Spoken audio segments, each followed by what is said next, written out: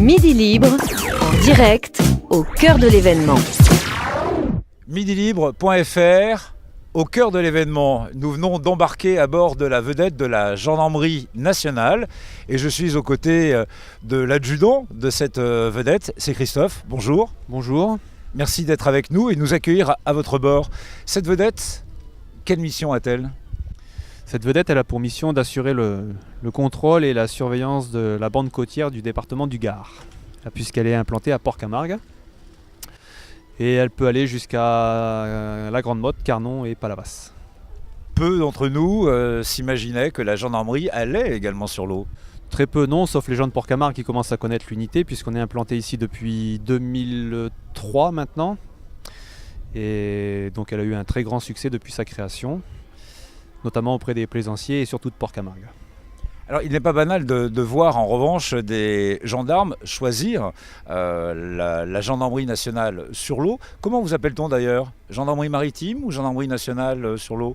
Alors nous on s'appelle brigade nautique côtière. Effectivement il y a deux types de gendarmerie. Donc la gendarmerie départementale qui met des unités côtières et vous avez la gendarmerie maritime qui elle a une extension sur la façade méditerranéenne puisqu'elle est implantée sur tout le pourtour de la Méditerranée. Christophe, vous faites partie de ces gens de mer, de ces gens qui ont pour profession la mer. C'était un choix au départ de votre carrière professionnelle ? Tout à fait, oui, c'était un choix. Oui.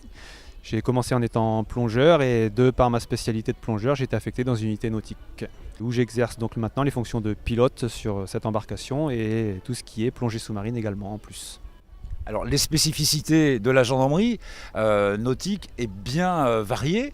On vous a vu à l'œuvre, notamment il y a quelques années en arrière, lors du crash de l'Airbus, du côté de Perpignan. Vous êtes intervenu avec vos collègues. Quelles étaient les spécialités justement de la gendarmerie nationale nautique représentée lors de cet événement ? C'est surtout les compétences des plongeurs qui ont été mises en avant, puisque toute l'enquête s'est faite sous l'eau pour l'identification des morceaux, la localisation et également la remontée des pièces à conviction qui ont été découvertes dans le cadre de cette enquête. Ce sont des spécificités bien particulières. Les enquêtes, me disiez-vous Christophe, sont menées sous l'eau ? Tout à fait. La scène de crime, comme on l'appelle, elle commence sous l'eau. Donc les premières constatations se font sous l'eau et c'est grâce aux plongeurs qu'on effectue ces premières constatations.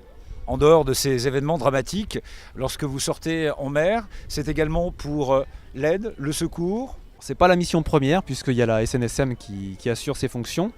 Nous on interviendra dans le cadre du secours ou de l'assistance uniquement si on est saisi de l'appel alors qu'on se trouve en mer, auquel cas suivant la distance on peut intervenir directement. Sinon les missions ça sera plutôt la police de la navigation, tout ce qui est contrôle des documents du navire, le permis de conduire, le matériel de sécurité obligatoire suivant la zone dans laquelle on navigue puisqu'il y a 4 zones maintenant à compter du 1er mai.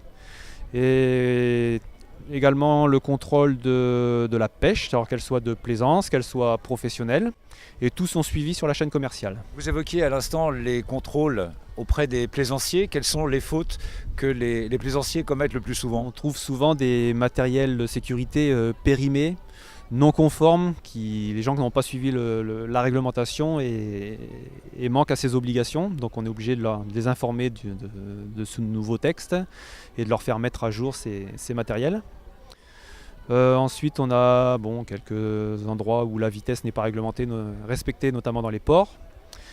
Et on peut trouver également, et c'est à mon grand regret une particularité ici, c'est les gens qui sont au mouillage et qui n'arborent pas la boule obligatoire et qui laissent supposer des navires à la dérive. Une dernière question, avant de vous remercier de nous avoir accueillis ici à votre bord. La présence de la gendarmerie nationale et de votre vedette ici au salon nautique du Grau-du-Roi Port-Camargue, c'est dans quel but ?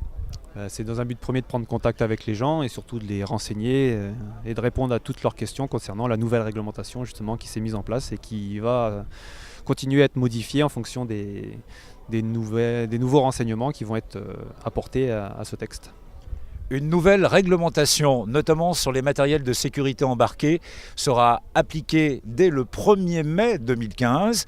Venez vous renseigner auprès de la Gendarmerie nationale et rêvez tout au long de cette 21e édition du Salon nautique du Grau-du-Roi Port-Camargue. Midilibre.fr, au cœur de l'événement. Midi Libre, en direct, au cœur de l'événement.